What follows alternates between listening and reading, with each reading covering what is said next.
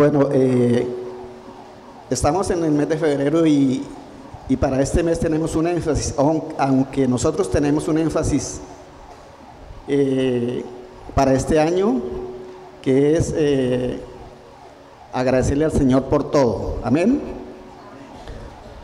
Pero en el mes de febrero también tenemos un énfasis que es, el énfasis es la identidad. Pero, ¿qué significa la identidad? Para conocer esta palabra tenemos que saber sobre culturas. Esa es la forma, tenemos que saber de cultura.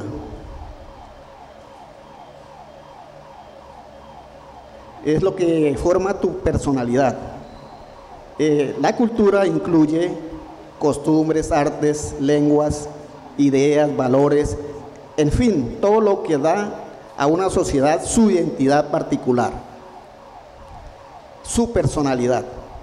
La identidad no puede ser modificada por lo que hacemos nosotros, porque la identidad la traemos nosotros, entonces por eso no puede ser modificada.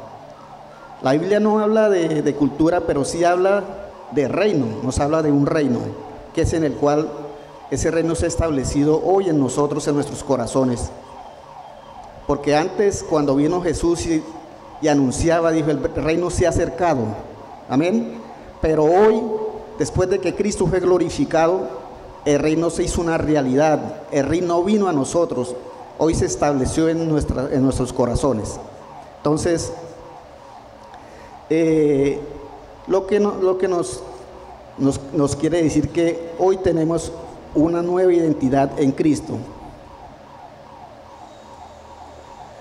En el reino de Dios hay una cultura, hay un pueblo que es la iglesia, hay un país que es todo el mundo y hay un poder que es el Espíritu Santo, el poder que Él nos dio a nosotros para que nosotros podamos ir y llevar la palabra a donde Cristo quiere que vayamos.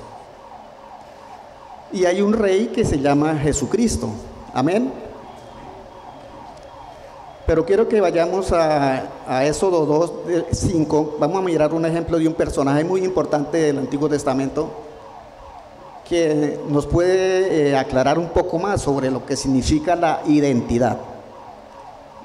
Dice, la hija de Faraón descendió a lavarse al río y paseándose, sus doncellas por la ribera del río, vio ella la arquilla en el carrizal. Y envió una criada suya a que la tomase. Más o menos ya vamos dándonos de cuenta de qué personaje es por el cual vamos a hablar hoy. Hoy vamos a hablar de un personaje muy importante que fue salvado de las aguas, recogido por la hija de Faraón, adoptado y formado por parte de la familia real. Pero cuando fue grande, no aceptó ser parte de esa familia real. Entonces miramos que él no aceptó ser parte de la familia real. ¿Por qué? Porque traía una identidad, y entonces prefirió la identidad que él traía, porque eso ya estaba establecido, esto estaba destinado de parte de Dios desde antes de la fundación del mundo. Ya Dios había dicho que así era así. Entonces, él no se pone de parte de la cultura que él había aprendido en Egipto, sino que se pone de parte de ¿qué? De los hijos de Dios, del pueblo escogido de Dios. ¿Qué sucede al decir seguir su descendencia? Él sigue su descendencia, o sea, al pueblo escogido de Dios, pero tiene un incidente muy grave. Al él tratar de defender el pueblo escogido de Dios a causa de la cultura que él tenía, y entonces tuvo que huir, y no un poco tiempo, durante 40 años tuvo que huir al desierto. Entonces, pero hay una razón muy poderosa por la cual él no podía volver a Egipto, y todos sabemos por qué fue perseguido, ¿sí? Lo que él no sabía era que detrás de todas estas cosas, de todos estos acontecimientos que estaban pasando, estaba el Señor. El Señor lo llama cuando no tenía absolutamente nada. ¿Qué era él? Era un pastor de ovejas, pastoreaba las ovejas de su suegro. Pero lo que tenía de la familia real había desaparecido. Pero lo más importante era que él había aprendido sobre la obediencia y sobre la sumisión. Entonces ya no era un hombre así, sino que tenía obediencia, tenía sumisión.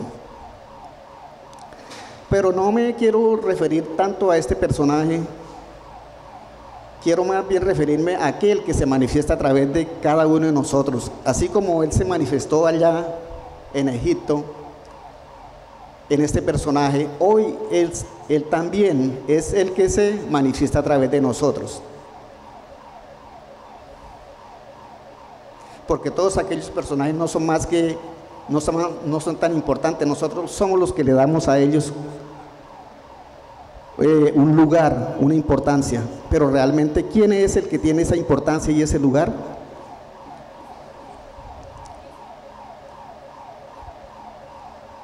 El lugar que nosotros tenemos que darle es a Jesucristo, que así como se manifestó allá en todos aquellos hombres, no porque quisieran, es porque así lo decidió el Señor, manifestarse en ellos. Él los escogió y se manifestó en ellos. Así pasa hoy con nosotros. Yo estoy aquí, pero realmente muchos de ustedes quizás sean mucho mejores que yo, y la gloria es para el Señor. Pero cuando el Señor lo llama a uno, ¿quién puede resistirse? ¿Quién puede decirle a él que no? Entonces, ¿qué hizo Moisés? ¿Cuántas excusas sacó Moisés para no servirle al Señor? ¿Sería que pudo resistirle al Señor para no servirle? Así sucede hoy con nosotros en la verdad presente. Tenemos un motivo y una razón mucho más importante para nosotros darle la gloria al Señor, porque realmente Él hizo de los dos pueblos uno solo. Vamos a Efesios 2 del 14 al 18, donde nos dice: porque Él es nuestra paz, que de los dos pueblos hizo uno, derribando la pared intermedia de separación. Póngale cuidado lo que dice en el 15: aboliendo en su carne las enemistades, la ley de los mandamientos expresados en ordenanzas, para crear en sí mismo de los dos un solo y nuevo ¿qué? Hombre. Ahí no dice que un solo pueblo, allá decía de los dos pueblos hizo uno, pero aquí va a crear es un nuevo hombre, haciendo la paz. Y dice: mediante la cruz reconciliar con Dios ambos en un solo cuerpo. ¿Qué nos está diciendo aquí? Está la unidad y está el cuerpo de Cristo, que somos nosotros, la iglesia. Amén. Entonces, matando en ella las enemistades. Y vino y anunció las buenas nuevas de paz a vosotros que estábamos lejos y a los que estaban cerca. ¿Quiénes estaban lejos y quiénes estaban cerca? Entonces, porque por medio de los unos hizo los otros, por medio de Él, los unos y los otros tenemos entrada por un mismo espíritu al Padre. Entonces, Dios no hace excepción de personas, todos entramos por ese mismo espíritu al Padre, en unidad, como un solo hombre. Amén. Todos aquellos hombres y mujeres utilizados por Dios en el antiguo pacto fueron hombres comunes y corrientes. Pero ¿cuál ha sido el propósito de Dios con el hombre? Enseñarles a depender de Él, a enseñarles a depender única y exclusivamente de Él. A eso me refería cuando yo les dije que Moisés absolutamente no tenía nada cuando estaba en el desierto, ¿sí? Porque Dios quiere que empecemos de cero. Dios quiere que realmente dependamos única y exclusivamente de Él. Entonces, ¿qué sucede? En este mes de febrero tenemos un énfasis, lo vuelvo a reiterar, que al principio también lo dije. es sobre la identidad, específicamente en cómo nos identificamos con el Señor. Amén. Porque el Señor fue el que nos regaló esta identidad ahora a nosotros. Reflexionando sobre el pueblo que Dios sacó de Egipto, debemos preguntarnos, ¿se identificaron alguna vez con el Señor? ¿Qué tipo de pueblo era? Era un pueblo que salió de Egipto, pero lamentablemente Egipto nunca salió de ellos, ya que constantemente se quejaban, murmuraban y juzgaban en toda situación. Entonces, ese pueblo nunca le entendió el propósito por el cual Dios lo había sacado de Egipto, lo separó de Egipto. Como les comenté al principio del tema, que eso era un ejemplo que Dios quiso dejar escriturado para que hoy nos demos de cuenta cómo estamos hoy como iglesia, como cuerpo de Cristo y como hijos de Dios. ¿Será que salimos del mundo y seguimos todavía con el mundo? Entonces es una reflexión. Vamos a mirar Mateo 6:24, ¿qué nos dice?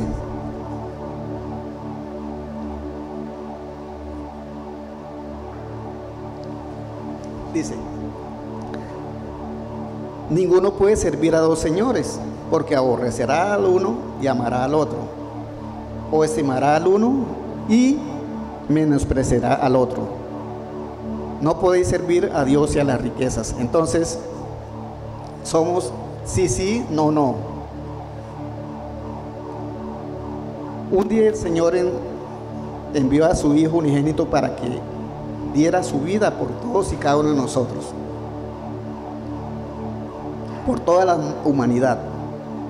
Por eso dice la palabra que en el cumplimiento del tiempo Dios envió a su Hijo, y eso lo miramos en Gálatas 4, del 4 al 7, que nos dice: pero cuando vino el cumplimiento del tiempo, Dios envió a su Hijo, nacido de mujer y nacido bajo la ley, para que redimiese a los que estaban bajo la ley, a fin de que recibiésemos la adopción de hijos.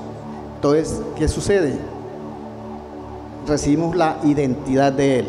Por cuanto sois hijos, Dios envió a vuestros corazones que el Espíritu de Dios, el Espíritu de su Hijo, el cual clama Abba Padre. Entonces, ¿de dónde clama? ¿De dónde clama el Espíritu? De dentro de nosotros, no es de afuera, es de dentro de nosotros, está dentro de nosotros.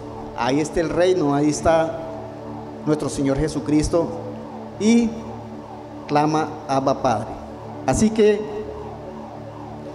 ya no eres esclavo, sino hijo, y si hijo, también heredero de Dios por medio de Cristo. Entonces, tenemos todo del Señor. No fue en el tiempo que nosotros esperábamos. No teníamos ni siquiera idea de que Jesucristo nos fuera a dar una nueva vida, porque nosotros, a la verdad, no teníamos nada, no teníamos vida. Entonces, ¿qué vida le podíamos dar nosotros al Señor? Sí, que estábamos muertos en delitos y pecados. ¿Qué vida teníamos? Estábamos muertos.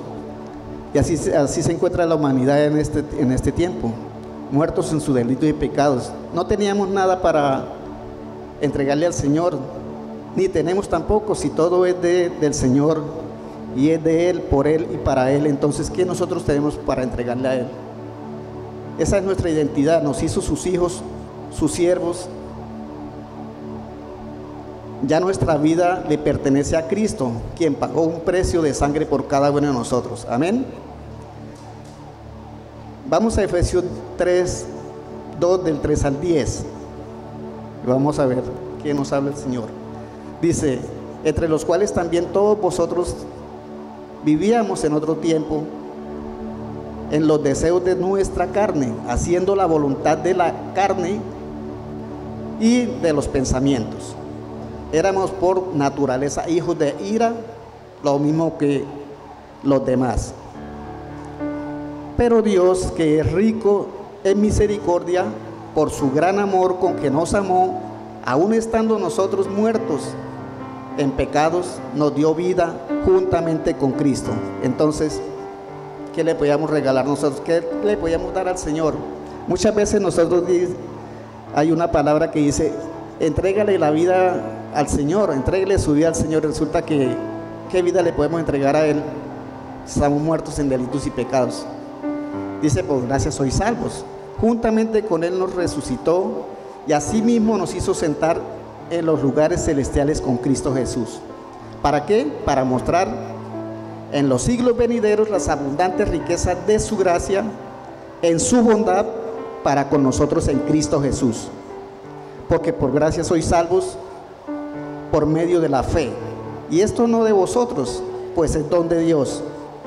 No por obras para que nadie se gloríe, porque somos hechura suya, creados en Cristo Jesús para buenas obras, las cuales Dios preparó de antemano para que anduviésemos en ellas. Entonces, qué precioso es el Señor para con nosotros. Entonces, el propósito de Dios era que creyeran y que dependieran de Él. El pueblo que Dios sacó de Egipto nunca dependió de Él ni le creyó. ¿Qué tenían que hacer el pueblo para entrar en comunión con Dios?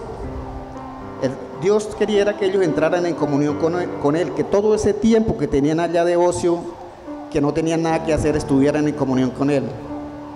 Dios quería que ellos pudieran estar en comunión con Él, pero no le entendieron, ya que se encontraban, Dios los traía a que pasaran en una transición y ellos querían seguir haciendo lo mismo que hacían en Egipto. Entonces, por eso les decía que salieron de Egipto, pero realmente Egipto no salió de ellos. ¿No nos parece que es algo parecido a lo que estamos viviendo hoy? Dios nos sacó del mundo, pero nos permite decidir, y allí es donde nosotros pecamos, porque si no cambiamos el ocio para estar en comunión con el Señor, seguiremos siendo como aquel pueblo de Egipto, aquel pueblo de Israel que salió de Egipto y tuvieron dando vueltas ahí en el 40 años. Entonces, y nunca lograron entrar en la tierra prometida. ¿Qué dice la palabra? Orad y velad, ¿sí? Y vamos a Mateo 26:41, dice, orad y velad para que no entréis en tentación. El espíritu a la verdad está dispuesto, pero la carne es débil. Entonces, si no oramos y velamos, las tentaciones están ahí, las pruebas están ahí a la orden, y resulta que nosotros tenemos que orar y velar. Sabemos que somos débiles en nuestra naturaleza, pero Él nos ha dado la salida. ¿Qué pasa? Muchas veces no podemos dormir, y muchas veces, entonces, ¿qué hacemos nosotros?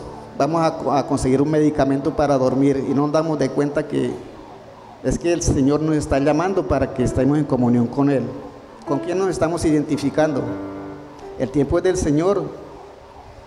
Y si realmente dependemos del Señor, voy a ponerle sentido a su llamado.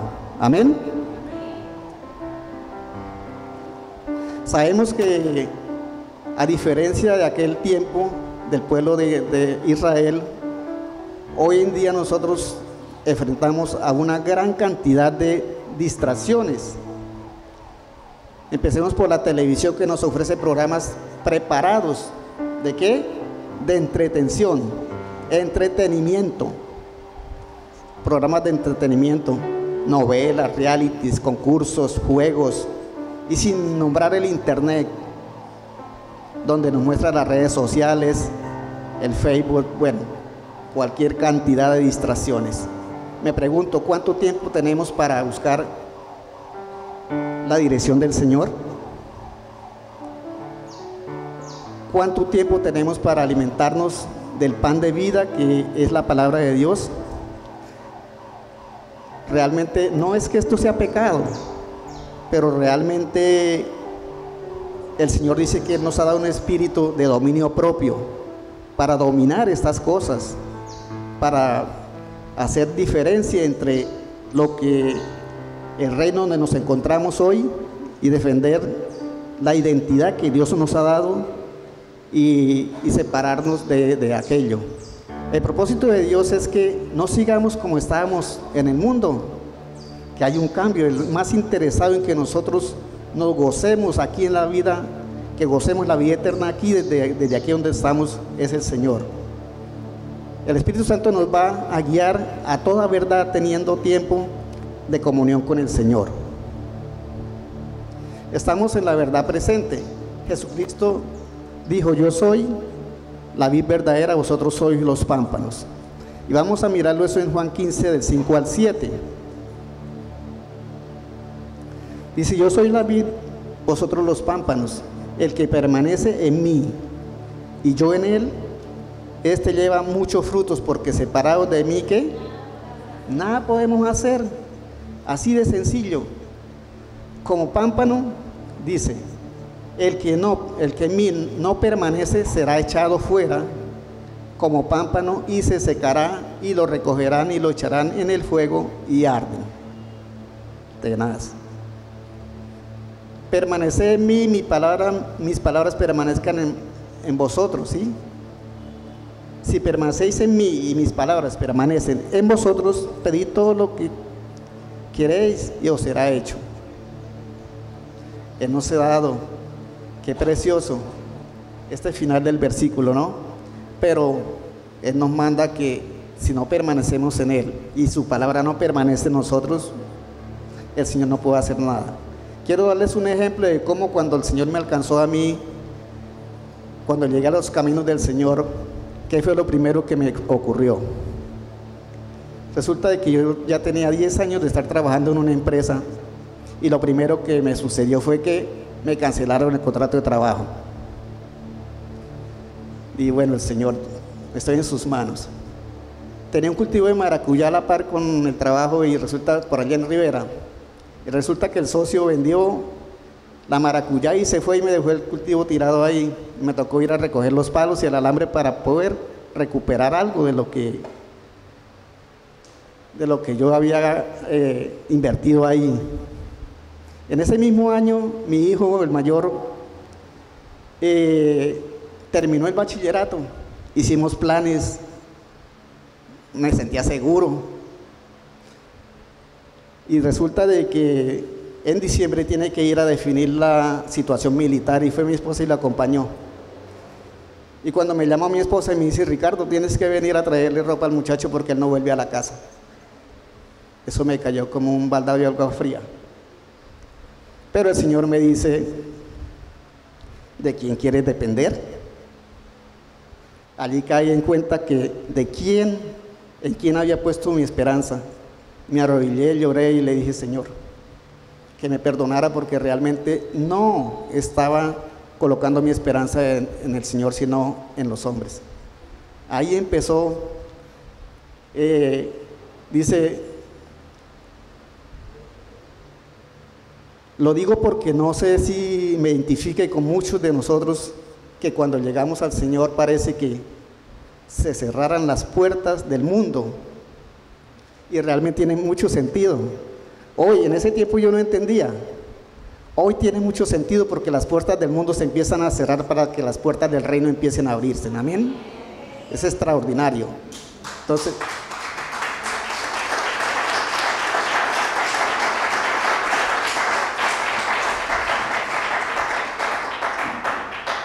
¿por qué? Porque Dios quiere que dependamos única y exclusivamente de Él. Comienza un proceso bastante doloroso y difícil. Muchos se regresan y dicen que porque conocí al Señor todo se me vino abajo. Pero son pruebas y tentaciones, y entre la prueba y la tentación no hay mucha diferencia. Vamos a mirar Santiago 1 del 2 al 4, ¿qué nos dice? Hermanos míos, tener por sumo gozo cuando os halléis en diversas pruebas, sabiendo que la prueba de vuestra fe produce paciencia. Mas tenga la paciencia su obra completa, para que seáis perfectos y cabales sin que os falte cosa alguna. Ahí miramos cómo el Señor nos da la respuesta a esas situaciones que nosotros pasamos cuando llegamos al Señor. Realmente es tremendo. Nos encontramos en un mundo donde todo lo queremos ya. Y cuando empezamos a reconocer que ahora no dependemos de mí, no dependemos de nosotros, ni dependemos del mundo tampoco. Entonces, ¿qué sucede? Empezamos a entender que en la voluntad de Dios donde nosotros tenemos que estar, ¿sí? Ahí donde tengo que caminar. Y es cuando Jesucristo empieza a alumbrar los ojos de nuestro entendimiento, entendiendo para poder comprender algo tan grande y trascendental que Dios está haciendo en nuestras vidas. Amén. Realmente es tremendo, porque dice: aquel que levantó a nuestro Señor Jesucristo de entre los muertos, y fue aquel que nos levantó juntamente con Él y nos hizo sentar en lugares celestiales con Cristo Jesús. Entonces, no nos identificamos con Cristo no nos identificamos por nosotros mismos, porque juntamente con la vida, Cristo nos dio la identidad. Amén. Cuando nos dio la vida, cuando Dios nos regaló la vida, nos regaló la identidad para que nos identificáramos con Él. Mi pregunta es: ¿con qué carácter me estoy definiendo? ¿Con qué carácter me estoy identificando? ¿Con mi carácter o con el carácter de nuestro Señor Jesucristo? A ese carácter es al que nosotros tenemos que llegar, a la estatura del varón perfecto, pero para llegar a ese carácter nosotros tenemos que ser íntegros, ¿sí? Porque ¿qué significa carácter? Significa integridad, ¿sí? Significa que tenemos que ser íntegros, sin doblez, intachables. Significa que tenemos que ser como el Señor nos está enseñando a ser, sin doblez. Entonces, el ejemplo más grande que nosotros tenemos, ¿quién es? El ejemplo de nuestro Señor Jesucristo, que sin mentiras, sin engaños, sin mancha y sin arruga. Entonces, Él es la iglesia, Él es la cabeza de la iglesia. Jesucristo es la cabeza de la iglesia. Y la palabra que Él viene por una iglesia, ¿cómo? Sin mancha y sin arruga. Entonces, a eso es lo que me estoy refiriendo para poder llegar a la estatura del varón perfecto. Esa es la iglesia que nuestro Señor Jesucristo quiere. Estamos en un proceso, pero realmente, ¿cómo está mi vida secular? ¿Quién se está manifestando en mi vida secular? Porque si dependemos única y exclusivamente del Señor Jesucristo y nos identificamos con Él, mi dependencia tiene que ser totalmente de Él. Podemos disfrutar de la vida eterna aquí cuando nosotros dependemos del Señor Jesucristo y le creemos a Él, porque nuestro Señor Jesucristo es el tesoro más grande que tenemos nosotros como hijos de Dios. Tristemente hay parte de la iglesia que no tiene ese carácter definido, tiene sus negocios y viven todavía quedándole mal a la gente, se comprometen y no cumplen, son mentirosos todavía y todavía son engañadores. Eso no es tener un carácter definido. Y eso no sucede por falta de ¿qué? De comunión con Dios, de permanecer en Él y que su palabra permanezca en nosotros. ¿Qué nos dice el Señor? Dice: orar en todo tiempo, con toda oración y súplica. Y eso lo encontramos en Efesios 6:18. ¿Qué nos dice?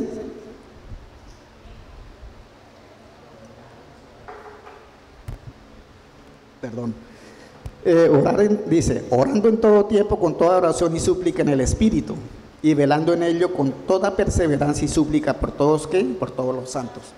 Entonces, es en todo tiempo. Sabemos que el reino está aquí en nosotros, Cristo está en nosotros, pero si no permanecemos en Él, el viejo hombre también está ahí, pero entonces tenemos, ¿de quién tenemos que estar? Del lado de quién tenemos que estar nosotros.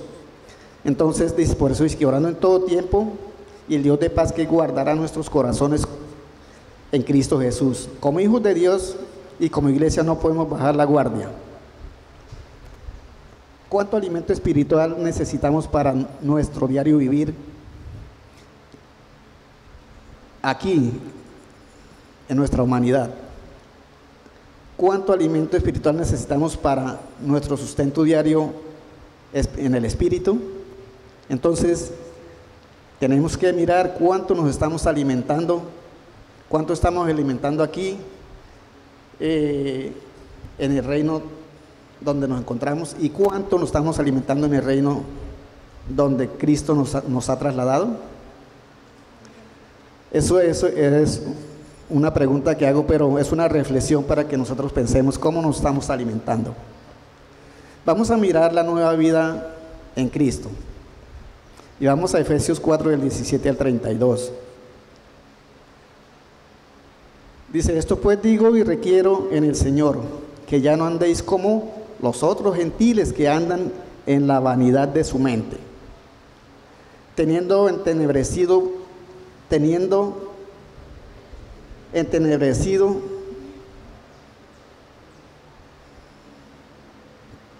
el entendimiento entenebrecido, ajeno de la vida de Dios, por la ignorancia que en ellos hay, por la dureza de su corazón, los cuales después que perdieron toda sensibilidad, se entregaron a la lascivia para cometer con avidez toda clase de impurezas. Mas vosotros no habéis aprendido así a Cristo. Amén. Nosotros no aprendimos así al Señor. Si en verdad habéis oído y hacéis todo hacéis todo, ya habéis sido por Él enseñados conforme a la verdad que está en Jesús. En cuanto a la pasada manera de vivir, despojados del viejo hombre, que está viciado conforme a los deseos engañosos, y renovados en el espíritu de vuestra mente, y vestidos del nuevo hombre creado según Dios en la justicia de la verdad, en la justicia de la santidad y la verdad. Por lo cual, desechando la mentira, hablad verdad cada uno con su prójimo, porque somos miembros unos de los otros. Airaos, pero que no pequéis, no se ponga el sol sobre vuestro enojo, ni deis lugar al malo. El que hurtaba no hurte más, sino trabaje haciendo con sus manos lo que es bueno, para que tenga que compartir con el que padece necesidad. Ninguna palabra corrompida salga de vuestra boca, sino la que sea buena para la necesaria edificación, a fin de dar gracia a los oyentes. Y no contristéis al Espíritu Santo de Dios, con el cual fuiste sellados para el día de la redención. Quítese de vosotros toda amargura, enojo, ira, gritería, maledicencia, toda malicia. No dice que no la quita, dice que no la quitemos. Son decisiones que nosotros tenemos que hacer.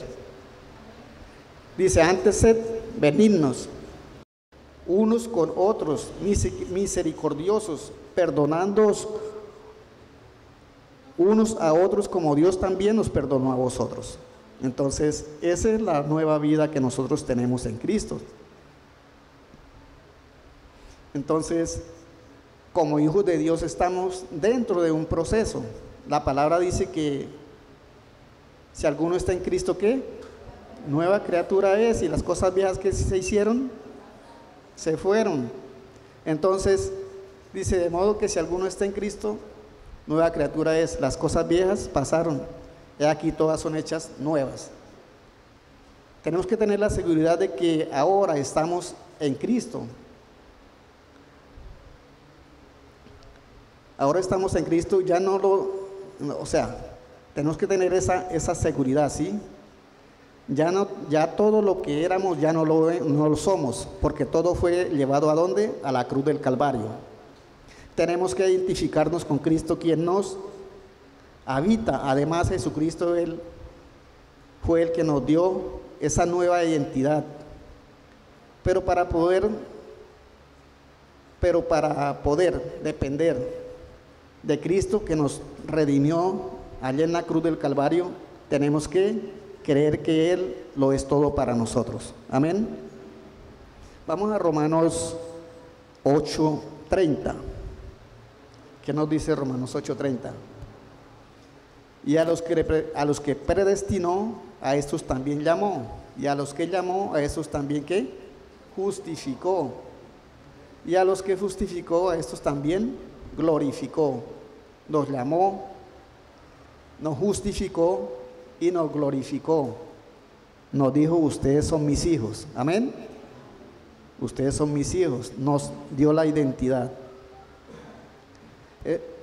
Esto es algo muy extraordinario porque nos está hablando de lo que verdaderamente somos en el reino, de lo que Él hizo por nosotros cuando estamos en el reino. Les pregunto, si nos estamos identificando con Cristo y estamos dependiendo de Él, porque así como está nuestra congregación, así también están los congregantes. Todavía estamos comprando la lotería, estamos comprando el chance. Ese es uno de los indicativos de que no estamos dependiendo de Dios. Amén. No es que sea malo, no es que sea malo, pero realmente no es que sea un pecado, pero si realmente tenemos dominio propio sobre aquel que nos compró, sobre aquel que nos redimió, realmente no tenía que estar pasando eso en nosotros. Amén. Y vamos a mirar Mateo 6 del 19 al 21, ¿qué nos dice? Dice, no os hagáis tesoros en la tierra donde la polilla y el orín corrompen y donde ladrones minan y hurtan, sino haceos tesoros en el cielo donde ni la polilla ni el orín corrompen y donde ladrones no minan ni hurtan, porque donde está vuestro tesoro está ¿qué? Nuestro corazón. Entonces, ¿por qué luchamos tratando de conseguir aquí con el mundo lo que realmente tenemos en Dios y en abundancia? Les quiero decir algo, iglesia. Si cada uno de nosotros tuviéramos la seguridad de lo que significa sembrar en el reino, donde no hay ladrones que hurtan ni minan, podríamos disfrutar el reino extraordinariamente. Y no lo digo porque me hayan dicho, lo digo porque yo lo estoy disfrutando. Hace tiempo el Señor me está permitiendo disfrutar el reino aquí. Amén. Cuando las cosas se trasladan de un reino al otro, inmediatamente cambia de valor. Si entendemos el valor que tienen las ofrendas en la iglesia, nadie tendría necesidades realmente. Porque no se entregan ofrendas a un ministerio, representa una transferencia desde nuestras manos al reino de los cielos. Cuando esto ocurre, ¿qué pasa? Ese valor se multiplica hasta 1.000.000 de veces. Amén. Cuando se cambia el ámbito donde ocurre la transacción, la matemática para hacer los cálculos también cambia. Las matemáticas del Señor son mucho más extraordinarias que las de nosotros. Nosotros tenemos unos topes, Él no tiene tope. Entonces, para concluir, Cristo nos regaló su identidad.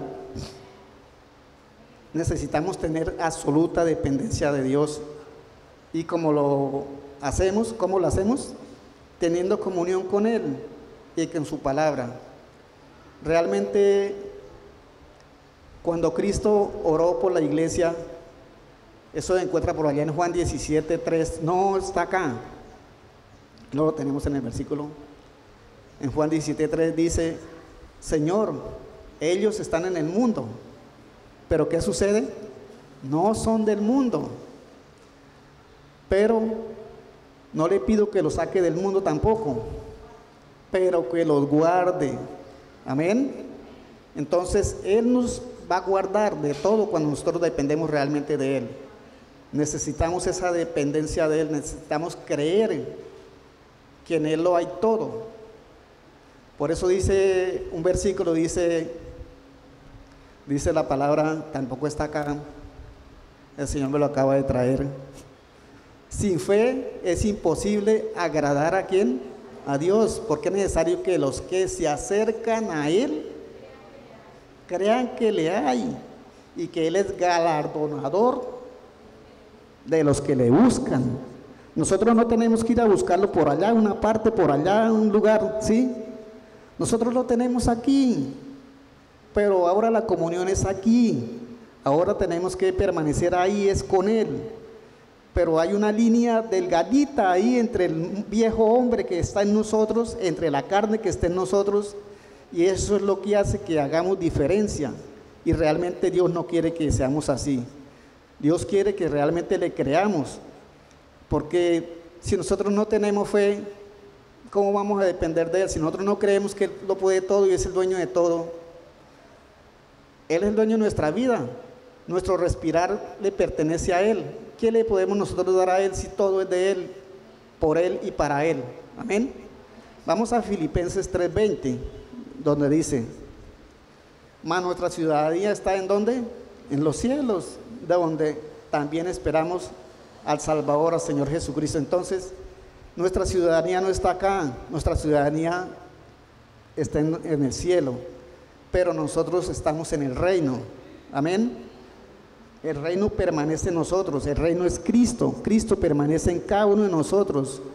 Pero si realmente, como les decía, si realmente no permanecemos ahí con Él, es en el Espíritu. Por eso ahora no tenemos que ir a buscarle a un lugar, a un sitio, no, es en el Espíritu donde estamos ahí con Él. Entonces, ahí es donde tenemos que tener esa dependencia de ese Dios vivo que está en nosotros. Entonces, creámosle al Señor y dependamos de Él. No sigamos dependiendo de lo que nos ofrece el mundo. Lógico, también tenemos, por eso dice que estamos en el mundo, pero no le pedí al Señor que nos sacara del mundo, porque realmente aquí es donde estamos, ¿sí? Pero que nos guardara, ¿sí? Que nos guardara de ese mundo, y el Señor nos guarda del mundo, pero tenemos que hacer una diferencia. Yo lo digo porque quiero que yo pueda ser un referente para cada uno de ustedes. El Señor ha hecho muchas cosas en mi vida. Mucha gente aquí me conoce desde que yo llegué a los caminos del Señor, y realmente el Señor ha hecho muchísimas cosas en mi vida, muchas cosas extraordinarias. Entonces tengo mucho para poder contar de cómo el Señor ha hecho eso ahora en mi vida, me ha dado ese crecimiento espiritual, y todo sea para la honra y la gloria de Él, porque realmente no es por nosotros, no es por mí quizás ni siquiera estuviera aquí, pero es porque así Él lo propuso en su corazón, y así Él lo dispuso. Entonces, como les decía, si Él es el que hace eso, ¿quién se va a poner al propósito de Él? Si Él nos llama, ¿quién va a decirle al Señor que no? Entonces, así es. Entonces, esta era la palabra que quería compartir con ustedes. Quiero que nos coloquemos de pie. Vamos a darle muchas gracias al Señor.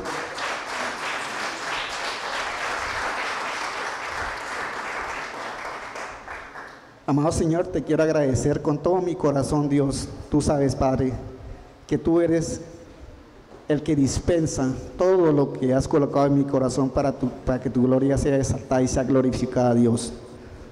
Tu palabra dice que el Espíritu Santo nos ha dado el poder, es para testificar. Y hoy, Señor, he estado testificando aquí de ti, Señor, para que tu nombre sea exaltado y sea glorificado.